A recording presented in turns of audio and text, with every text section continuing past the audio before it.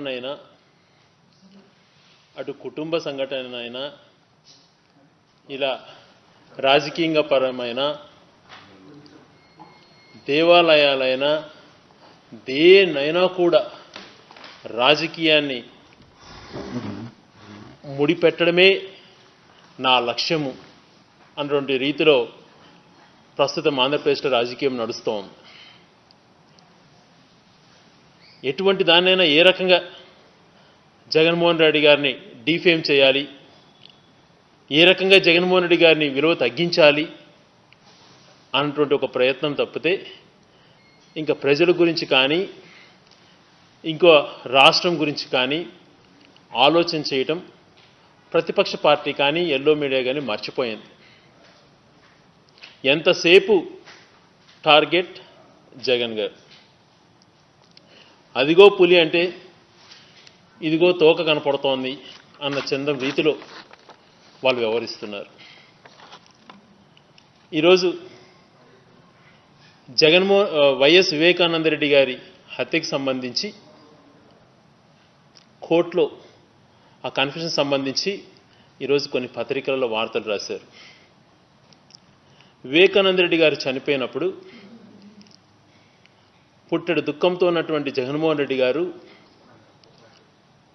వెంటనే CBI enquiry వేయాలా అని చెప్పి ఆ రోజు డిమాండ్ చేసిన విషయం మీకు అందరికీ తెలిసి, అదే ఈనాడు పేపర్లో వచ్చినటువంటి జగన్ గారు మాట్లాడిన మాటలు, సిబిఐకి అప్పగించాలి అని చెప్పి ఆ రోజు ఈనాడులో వచ్చినటువంటి వార్త హత్య జరిగిన తర్వాత.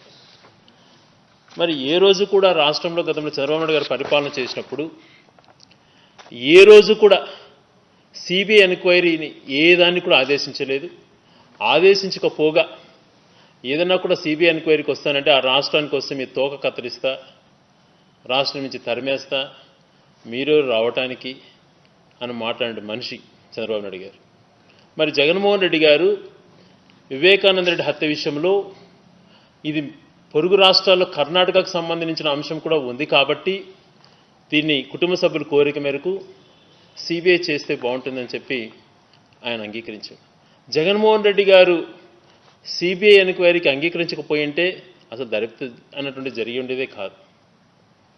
మరి జగన్మోహన్ రెడ్డి గారు వాస్తవాలు బయటికి రావాలి అన్నటువంటి విషయంలో ఆయన ముందు చెప్తూ ఆలోచన చేసి సిబిఐ ఎంక్వైరీ జరగాలి అని చెప్పి, ఎందుకంటే రాష్ట్రానికి సంబంధించి అంతకుముందు తెలుగుదేశం అధికారంలో ఉన్నప్పుడు ఆ జరిగినటువంటి సంఘటన కూడా తెలుగుదేశం అధికారంలో ఉన్నప్పుడు వాళ్ళు ఏమీ చేయకపోగా అప్పుడు బురద జల్లేటువంటి కార్యక్రమం, అధికారంలోకి వస్తే జగన్ గారి పైన బురద జల్లేటువంటి కార్యక్రమం. అధికారులు జగన్మోహన్ రెడ్డి గారు అన్ని ఎంక్వైరీ చేసి పక్క రాష్ట్రానికి సంబంధించింది ఉంది కదా అని చెప్పి ఆ సిబిఐకి ఎంక్వైరీ చేయమని ఆదేశాలు ఇచ్చారు. మరి వివేకానంద రెడ్డి గారికి సంబంధించి ఆయన మా కుటుంబ సభ్యుడు జగన్మోహన్ రెడ్డి గారి సొంత బాబాయే కాకుండా వైఎస్ రాజశేఖర గారికి సోదరుడు, పార్టీలో రాజశేఖర రెడ్డి గారి కంటే గతంలో జిల్లాలో విలువైన వ్యక్తి, జగన్మోహన్ రెడ్డి గారు అత్యంత గౌరవించే వ్యక్తి. ఆయన కొన్ని సంఘటనల కారణాలలో పార్టీని కొద్ది రోజులు విడిచినా తర్వాత పార్టీలోకి వచ్చి అన్నీ తనై జిల్లాలో చూసుకున్న వ్యక్తి, అందరికీ గౌరవప్రదనేయుడు. జగన్మోహన్ రెడ్డి గారు ఆయన పైన గౌరవంతో ఆ రోజు వైఎస్ఆర్ కాంగ్రెస్ పార్టీకి స్థానిక సంస్థల్లో పూర్తి మెజారిటీ ఉంది అని చెప్పి బాబాయ్ని ఆ రోజు క్యాండిడేట్గా నియమించడం జరిగింది. వైఎస్ వివేకానంద రెడ్డి గారు జిల్లాలో పెద్దరికంగా ఉంటారు, మనకు ఆ రోజు వచ్చిన పరిస్థితులలో కౌన్సిల్లో మనకు మంచి రిప్రజెంటేషన్ ఉండాలని చెప్పి ఆ రోజు వివేకానంద రెడ్డి గెలిస్తే జిల్లాలో మళ్ళీ జగన్మోహన్ రెడ్డి గారి బలం ఇంకా పెరుగుతుంది అని చెప్పి చంద్రబాబు నాయుడు గారు చేయని కుట్రలే లేవు. ప్రత్యేక విమానాలు కడప ఎయిర్పోర్ట్లో పెట్టాడు. ప్రత్యేక విమానాలు పెట్టి వైఎస్ఆర్ కాంగ్రెస్ పార్టీకి సంబంధించినటువంటి జెడ్పీటీసీలను ఎంపీటీసీలను అందరినీ కూడా పాండిచేరిలో పెద్ద క్యాంపు పెట్టి అక్కడ నుంచి చేసినటువంటి దౌర్భాగ్య రాజకీయాలు ఈ రోజుకి జిల్లా ప్రజలు మర్చిపోరు. ఎంత దుర్మార్గంగా వివరించారంటే సపరేట్ విమానాలలో ఎంపీటీసీని తరలించేటువంటి కార్యక్రమం ఎక్కడా జరిగి ఉండదు. అంత నీచానికి ఒడగట్టి ఆ రోజు వివేకానంద రెడ్డి ఓడించినటువంటి పరిస్థితి చంద్రబాబు నాయుడు గారు. మరి వివేకానంద రెడ్డి గెలుపు కోసం జగన్మోహన్ రెడ్డి గారు ఆ రోజు ఎంత ప్రయత్నం చేశారన్నది కూడా అందరికీ తెలుసు. మరి అంత గౌరవించిన వ్యక్తిని జగన్మోహన్ రెడ్డి గారు కానీ ఎవరన్నా కూడా ఆ రకంగా ఆలోచన చేస్తారా? ఒక్కసారి ఆలోచన చేయమంటున్నాను.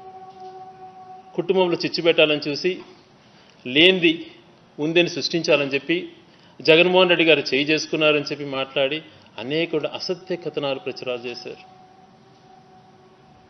ఎప్పుడు కూడా దుర్మార్గమైన వ్యవహారం. రాజశేఖర రెడ్డి గారు చనిపోయి కనీసం ఆయన ఎంత దుఃఖంలో ఉన్నారని కూడా ఆలోచన చేయకుండా శవం దగ్గర ఎమ్మెల్యేలతో సంతకాలు చేయించారని చెప్పి ఆ రోజు కూడా ఎంత కుట్ర పన్నారో మనకు తెలిసిందే. ఒక రాజకీయంగా ఎదగాలనంటే, ప్రజలు మన్ననలు పొందాలంటే దానికి ఒక ఆలోచన చేయాలి. కానీ ఇంత దిగజారుడితనం అవసరమా అని చెప్పి నేను ప్రశ్నిస్తున్నాను. తండ్రి చనిపోయినప్పుడు అదే రకమైంది, బాబాయ్ చనిపోయినప్పుడు అదే రకమైన కుట్రలు. ఈరోజు పత్రికలలో వాళ్ళు ప్రచురించినట్టు ఎల్లో మీడియాలో తాటిక అక్షరాలతో ఈనాడు పేపర్లో ఎలాగా వైఎస్ అవినాష్ రెడ్డిని దీంట్లో చూపించాలా, ఎలా అవినాష్ రెడ్డి గారిని డిఫేమ్ చేస్తే తద్వారా జగన్మోహన్ రెడ్డి గారికి అది అంటగట్టాలా అటువంటి ప్రయత్నంలో భాగంగా ఈరోజు కుట్రదారులు వైఎస్ అవినాష్ రెడ్డి, వైఎస్ భాస్కర్ రెడ్డి, వైఎస్ మనోహర్ రెడ్డి, శంకర్ రెడ్డి అని హెడ్లైన్స్ పెద్ద అక్షరాలు వేసి కింద వాంగ్మూలంలో దస్తగిరి గారు ఇచ్చినట్టు వాంగ్మూలం అని వివేకానంద డ్రైవర్ దస్తగిరి ఇచ్చిన వాగ్దానం చిన్న అక్షరాలు రాస్తారు. ఇది నైతికతన? ఎందుకు ఇలాగా మీ కుట్రలు ఎందుకు ఇలా చూపిస్తున్నారు? మరి ఆంధ్రజ్యోతిలో అయితే ఇక ఆయన పెద్దల హత్య అనే ఏకంగా ఫోటోలు వేసి ఆ ఫోటోలలో ఫలానా వీళ్ళు కాబడ్డారని రాసి కింద మ్యాటర్లో గంగిరెడ్డి చెప్పారు, దస్తగిరికి అని రాస్తారు. ఇక్కడ ఉన్నటువంటి వాస్తవాలు ఏంటంటే గంగిరెడ్డి అనేటువంటి వ్యక్తి దస్తగిరి గారికి చెప్పారంట, చంపినటువంటి వ్యక్తి దస్తగిరి గారంట. దస్తగిరి గారు అన్నటువంటిది మనకు ఈరోజు వాళ్ళు ఇచ్చిన ఎంక్వైరీలో దస్తగిరి గారు అంగీకరించారు చంపినట్టుగా. దస్తగిరి గారికి గంగిరెడ్డి చెప్పారు అన్నటువంటిది. ఇది ఆ వార్త అన్నది కాకుండా ఏదో సిబిఐ చెప్పిన విధంగా ప్రచురించడం. గంగిరెడ్డి అనేటువంటి వ్యక్తి దస్తగిరికి చెప్పారంటే పలానా వాళ్ళు కూడా ఉన్నారు అని చెప్పి. మనం నిజంగా మాట్లాడుకుంటే ఒకవేళ ఎవరన్నా కానీ ఒక మనిషి సంబంధం లేని వ్యక్తి అవతల వాళ్ళని ఇరికించాలంటే ఎవరి పేరైనా చెప్పచ్చు. అవసరం ఉంటే ముఖ్యమంత్రి పేరు చెప్పచ్చు, ప్రధానమంత్రి పేరు చెప్పచ్చు. దాని పనులకి పూర్తి డీటెయిల్డ్గా ఎంక్వైరీ లేకుండా, అది వాంగ్మూలం చెప్పిన మాట అనేది లేకుండా పలాని వాళ్ళతో జరిగింది అన్నటువంటి రీతిలో ప్రచురింప చేయడం కరెక్టా? ఇది నైతికతన? దీన్ని పట్టుకొని మన తెలుగుదేశం ప్రెస్ మీట్లు పెట్టడం. నిజానికి చంద్రబాబు నాయుడు గారు రాజకీయ పరంగా ఆంధ్రప్రదేశ్లో తుడిచిపెట్టుకున్నట్టు పరిస్థితి. తనకు తన కుమారుడికి భవిష్యత్తు లేదు అన్నటువంటి ఆలోచనలతో, ఆ భయముతో తాను ఇష్టానుసారం వ్యవహరిస్తున్నాడు. ఎక్కడ కూడా పోటీ చేయడు. పోటీ చేసిన చోట గెలవమని చెప్పి ముందే ఊహించుకొని దాన్ని ఎలాగా డిఫేమ్ చేయాలి, ఎలాగా బురద కార్యక్రమం చేయాలి అని చెప్పి అధికారులను పోలీసులపైన నిందలేయటం, ఇలాంటి కార్యక్రమాలు చేసుకుంటూ వస్తున్నాడు.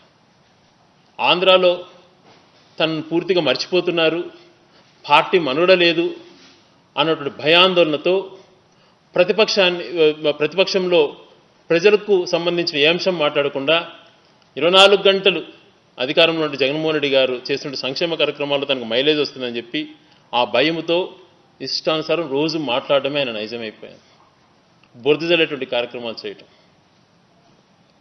నీ యొక్క ఉనికి కాపాడుకోవడం కోసం ఇలాగ దిగజారడం ఎంతవరకు సమంజసం? మేము ఆ కుటుంబ సభ్యులపైన ప్రేమతో కానీ, పార్టీలో వైఎస్ వివేకానంద రెడ్డి గారిపైన గౌరవంతో కానీ నిజాలు బయటికి రావాలి. ఇంకా పూర్తి స్థాయి విచారణ జరగాలి. చెప్పారంటుండేది కాదు, దీని వెనకాల ఎవరెవరు ఉన్నారు, ఇంకా ఎవరి పాత్ర ఉంది, ఏ రకంగా వాళ్ళు మాట్లాడడానికి వెనకనటువంటి పెద్దల హస్తం, ఎవరు ఆ పెద్దలు ఇవన్నీ చేయిస్తున్నారు, ఇవన్నీ కూడా వాస్తవాలు బయటకు వస్తే పూర్తిగా మేము మాలాంటి వాళ్ళు సంతోషపడతాం. వివేకానంద రెడ్డి గారి ఆత్మకు శాంతిస్తుంది. అలా కాకుండా ఏదో తూతు మంత్రంగా ఆయన అన్నారు, ఈయన విన్నాను అటువంటిది కాకుండా ఆధారాలతో సహా అన్నీ కూడా వచ్చినప్పుడు మేము ఖచ్చితంగా స్వాగతిస్తాం. 100% నిష్పక్షపాతంగా జరగాల అని చెప్పి మేము మనస్ఫూర్తిగా కోరుకుంటున్నాం. మరి ఈ రకంగా నిజాలన్నీ బయటకు రావాలని మేము కోరుకుంటుంటే అసత్యాలతో దుష్ప్రచారం చేస్తున్నటువంటి ఎల్లో మీడియా పైన కానీ దీనిపైన తెలియకుండా నిందలు వేస్తున్నటువంటి వాళ్ళపైన కానీ వైఎస్ అవినాష్ రెడ్డి గారు చట్టపరంగా వాళ్ళపైన చర్యలు తీసుకోవడానికి కూడా ఆలోచన చేస్తున్నారు. చాలా దుర్మార్గం.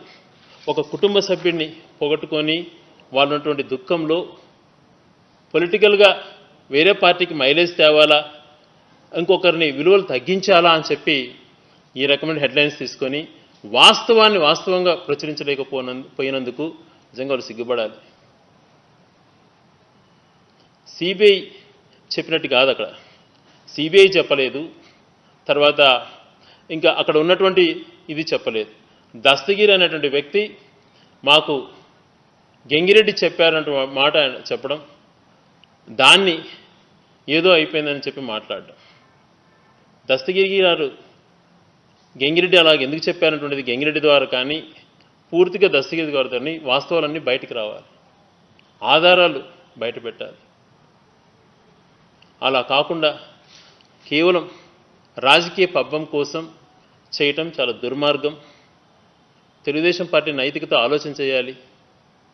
ఏ ఒక్క సంఘటనైనా మీరు చేసేటువంటి డిమాండ్స్ కానీ ఏ రోజైనా ఏ రకం మీరు వ్యవహరిస్తున్నారో ఒకసారి మిమ్మల్ని మీరు సమీక్షించుకోవాలి. మీరు రాజకీయంగా విలువలు పెంచుకోవాలి, కానీ ఆ విలువల్లో కాకుండా దిగజారేతనం, మీ పార్టీని మీరు కాపాడుకోలేక పార్టీ పతన వ్యవస్థకు వచ్చిందని చెప్పి దిగులుతో భయాందోళనతో ఎంతసేపు జగన్మోహన్ రెడ్డి గారిని టార్గెట్ చేయడం.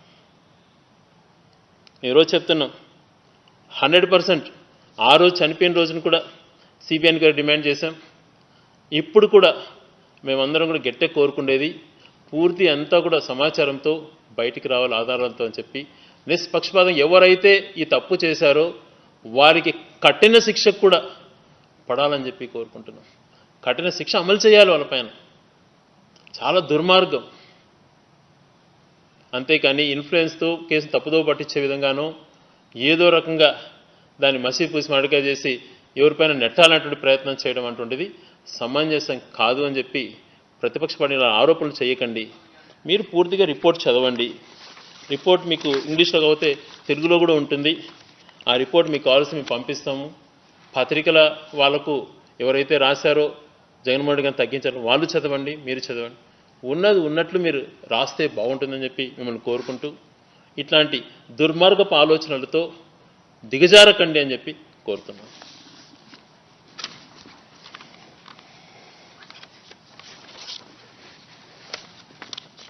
Subscribe to our channel by clicking the subscribe button. Click the bell button and enjoy the latest uploads from our channel.